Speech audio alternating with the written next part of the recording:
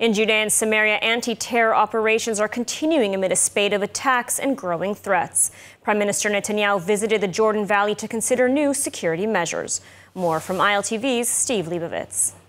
Anti-terror operations are underway in Tel Aviv and Tubas as security chiefs call for preventative and preemptive action to prevent a further spike in terrorist violence. The IDF, Shin Bet, and Magav forces operated in Tel Aviv, killing an armed terrorist and wounding additional gunmen.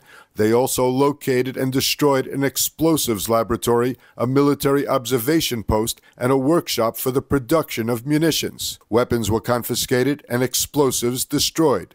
There were no casualties to Israeli forces. In Tubas, an IDF aircraft attacked and eliminated a squad of 5 terrorists armed with explosives that posed a threat to the forces. The defense establishment is reportedly concerned about the return of suicide bombers. The security chiefs briefed the cabinet, saying that more emphasis is needed to avoid an increase in terror and another front in the war. Overnight, Israeli security forces arrested a wanted man from a hospital in Halhul who had been wounded in an attempted car bombing attack last month. Prime Minister Netanyahu held an assessment from a Jordan Valley lookout post near the Allenby Bridge, where 3 Israeli security guards were murdered this week by a Jordanian gunman. במאבק הרב-זירתי הזה, אנחנו גם יודעים שאנחנו צריכים להבטיח ולהבטיח את גבולנו המזרחי מול ירדן. זה גבול של שלום, אנחנו משתפים פעולה עם ממלכת ירדן כדי להבטיח שהוא יישאר כזה, אבל בזמן האחרון האתגרים גדלים. יש ניסיון להבריח גם מחבלים וגם אמצעי לחימה מעבר לירדן, לתוך יהודה ושומרון ולתוך ערי ישראל. אנחנו פועלים כאן בשיתוף פעולה עם כל הגורמים כדי לעצור את הדבר הזה. Netanyahu vowed to build a stronger barrier amid the growing rate of arms smuggling from Jordan passing through the border in the Jordan Valley. אנחנו נפעל כאן כדי להקים מכשול רובוסטי יותר, חזק יותר נגד ניסיונות ההברחה. אנחנו עושים זאת בתיאום עם השכנים, וחשוב לנו להבטיח שהגבול הזה יישאר גבול של שלום וביטחון. Steps called for in Judea and Samaria include boosting undercover units able to make arrests, cracking down on illegal entry into Israel, increasing technological surveillance on roads and intersections, and building a wall along the border with Jordan. And joining us now with more on the anti-terror operations in Judea and Samaria is Dr. Eric Mandel, founder and director of the Middle East Political and Information Network. Eric, thank you so much for joining us today. My pleasure. So we're seeing an increase in attempted terror attacks. Some officials have said there are attacks being thwarted on a daily basis. I mean, what can you tell us about these anti-terror operations? So I've been on the front lines in Judea and Samaria with the Panther Battalion in Jenin and Nablus. And what I think people don't realize, because you're on a 7-front war, is that what's gone on in the West Bank has been going on a very long time. Way before October 7th, the reason why things were under control is because Israeli forces were going in every single day and night and extracting terrorists and keeping a lid on it. And that's only because ever since the Second Intifada and Defensive Shield, Israel went back in and now operates in areas A and B. Those are the areas that Palestinians, especially A, was supposed to be in control of, but could not, Palestinian Authority. And so Israel has decided to make some major operations, the biggest that have occurred since the Second Intifada. And the answer is why? And the answer is Iran.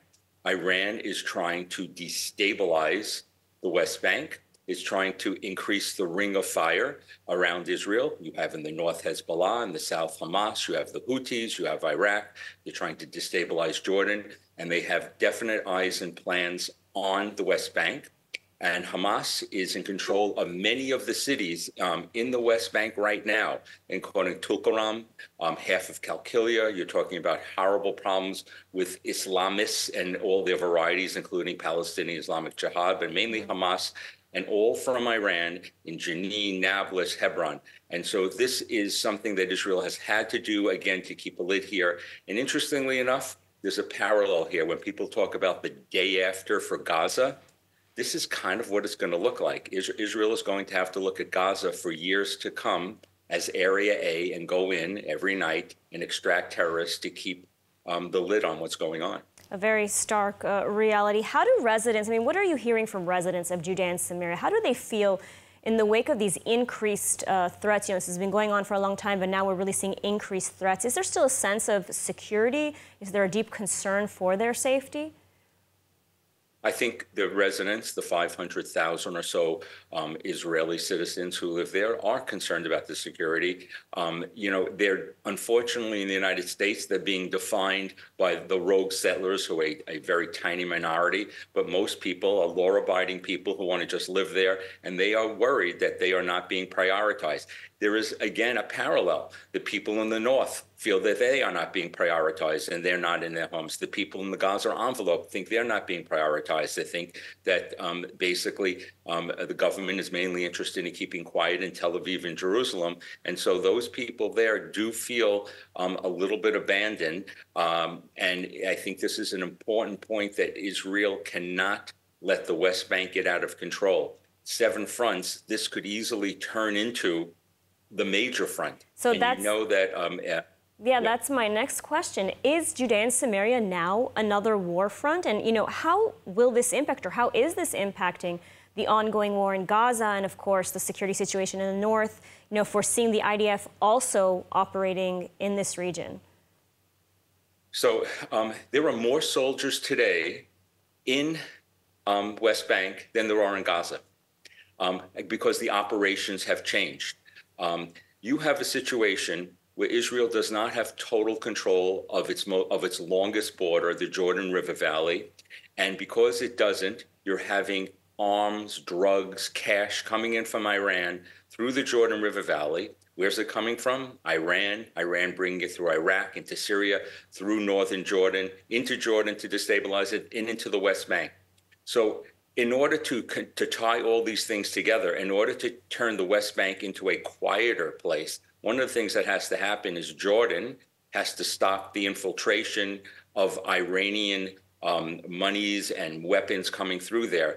And we in the United States have to step up here and help the Jordanians.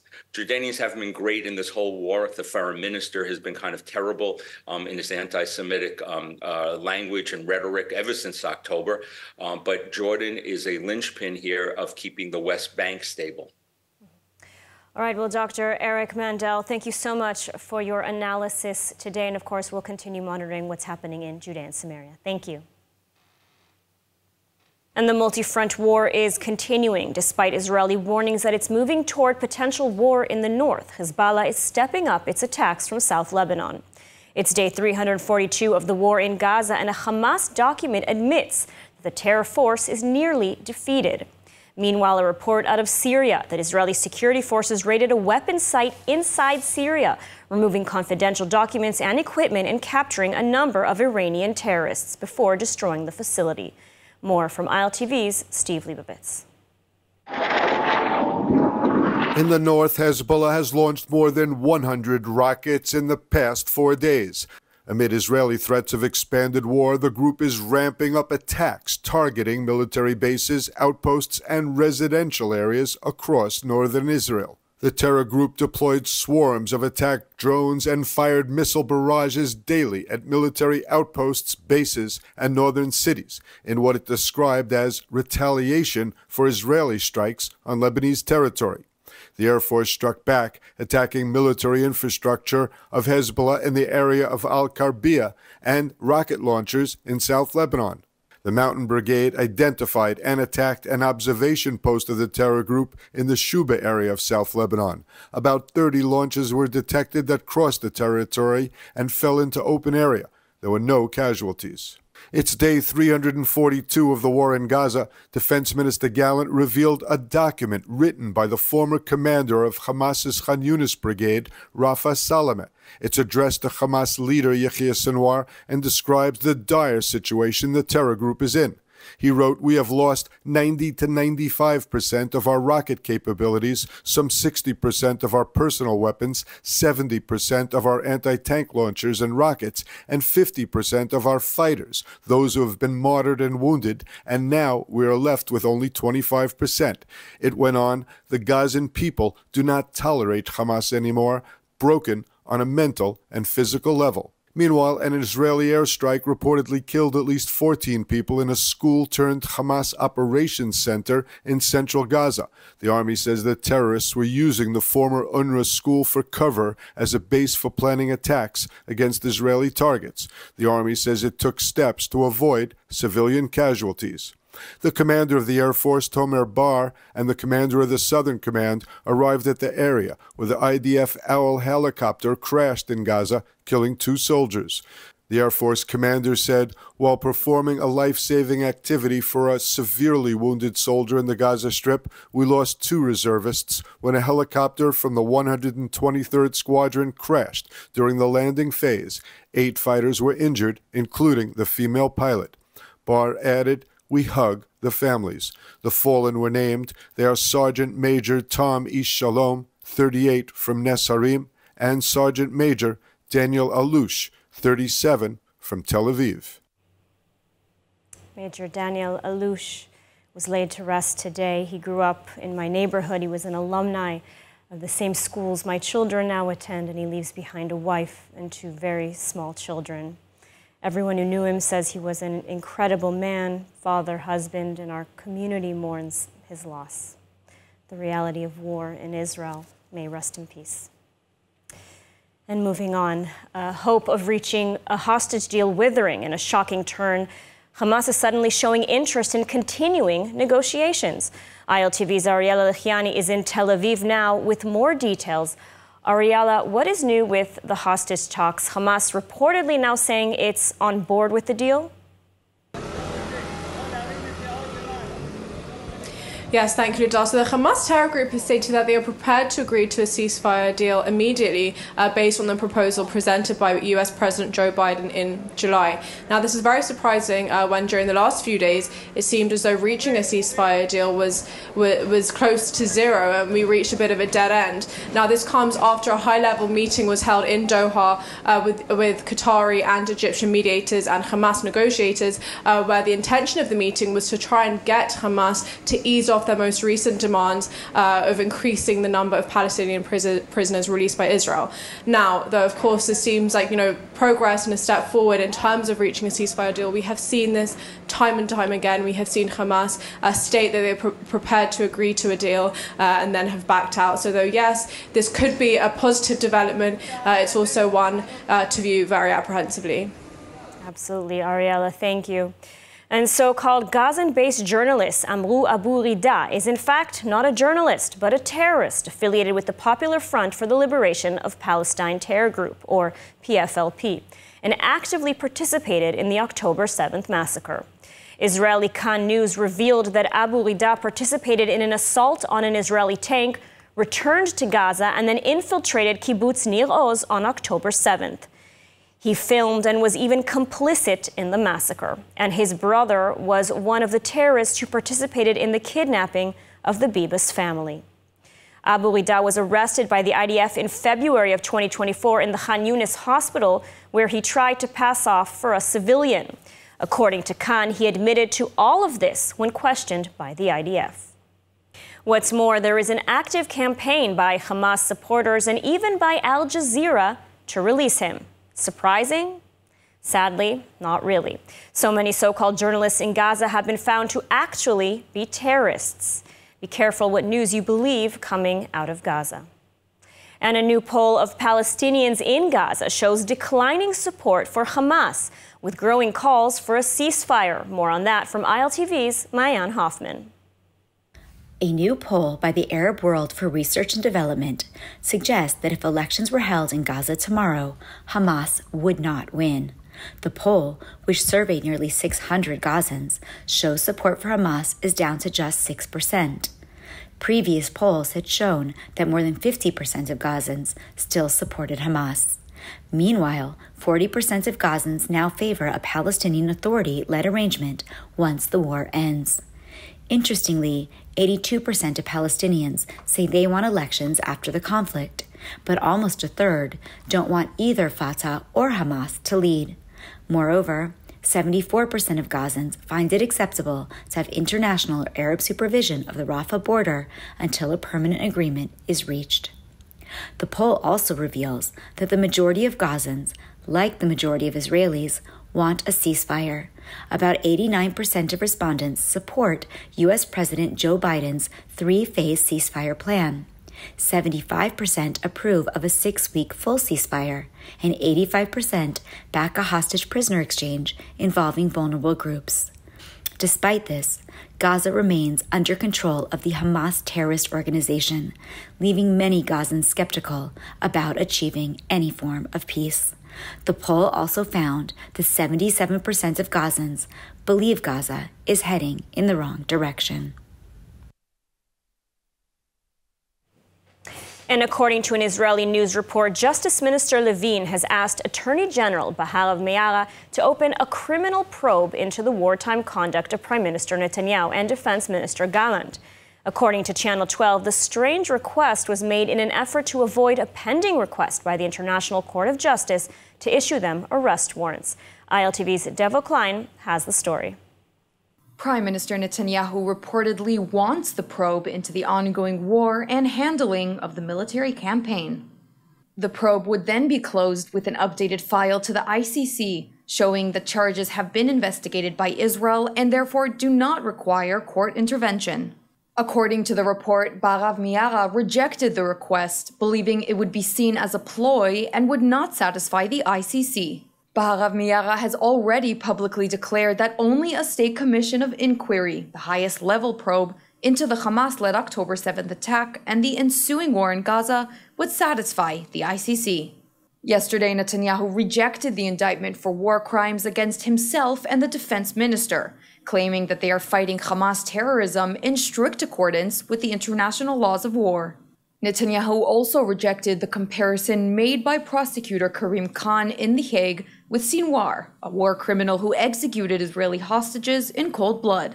He called Khan's decision pure anti-Semitism and a moral disgrace of the highest order.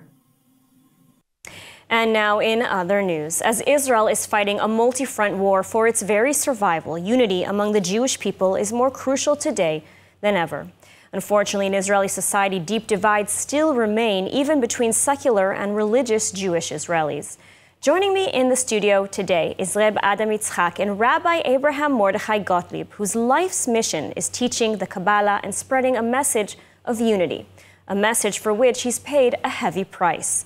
His Bet Midrash, or rabbinical school, was recently destroyed, and he was pushed out by his community. But he's not letting this stop him from spreading his important message, and today seeks to rebuild his school to spread this message among the younger generation. And if you want to help, you can scan the QR code on the screen now. Thank you so much for joining us today. Thank you. So, Rabbi, you're an expert on Kabbalah. You've written numerous books on the subject. Before we start, for those who may not be familiar, can you tell us briefly what exactly this is? What exactly is the Kabbalah? The Kabbalah is the spiritual levels of every person. It's going from up, from the God himself, and down till our world.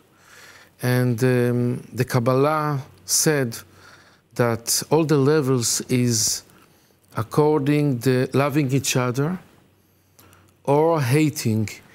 If you are hate, you are very, very down, in a down level. And if you can love everyone, so you are in a highest level. That's the Kabbalah.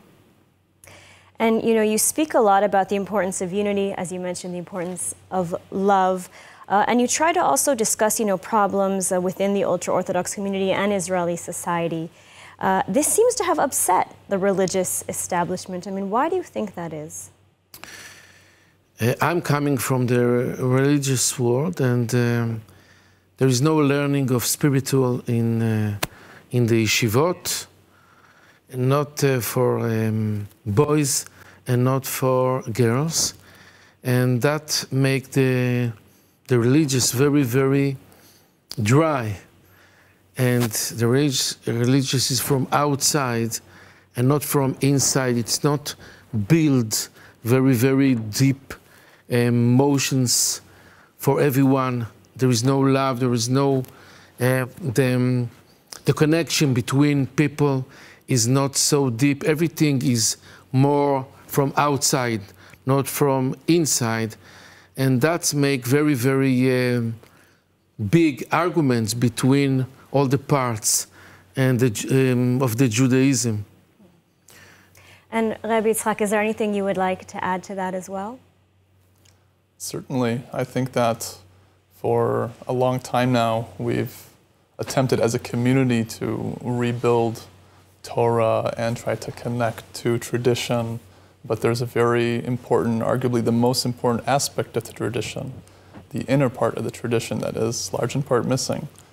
So we're very inspired to try to balance the system and speak on this necessary learning of love and coming to altruism.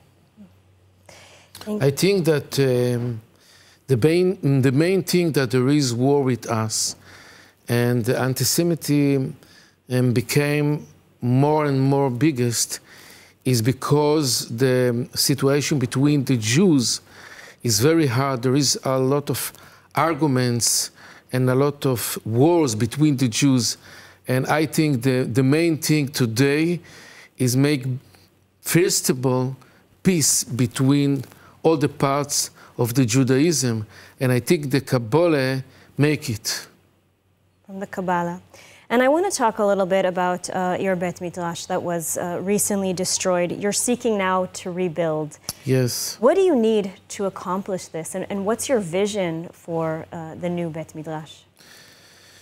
I want that the Bet Midrash will be general of everyone. And I have between my pupil not religious, and I have, for example, gays, and I have Orthodox, and I have from all the kinds. I think the woman's is very, very strong in spiritual. Every Shabbos I have a very beautiful lesson. 4 o'clock before the morning, sit already a lot of women and learning seriously. And I think the women can be leaders in spiritual in Israel, in all the world. Well, Rabbi and Reb, thank you so much for joining us today and for this very important message. And to our viewers, if you would like to help rebuild the Bet Midrash and help the rabbi spread this message of unity within Israel, scan the QR code on the screen now. Sagot Winery, where passion meets tradition. Nestled in the heart of Binyamin, our vineyards yield exquisite wines crafted with generations of expertise. And now, let's take a look at the weather forecast. Mostly clear skies expected tonight around the country, with temperatures reaching lows of 24 degrees Celsius or 76 degrees Fahrenheit. Tomorrow, sunny skies are expected alongside hot temperatures at highs of 33 degrees Celsius or 92 degrees Fahrenheit. This weekend, temperatures will drop drastically as Israel prepares for winter. And that's a wrap for today's news. For the latest updates from Israel on all your devices, be sure to follow our ILTV channel, subscribe to our newsletter, and explore our website, iltv.tv. Stay informed with the latest news straight from the heart of Israel. I'm Ladar Lazi. Be well, and thank you so much for watching.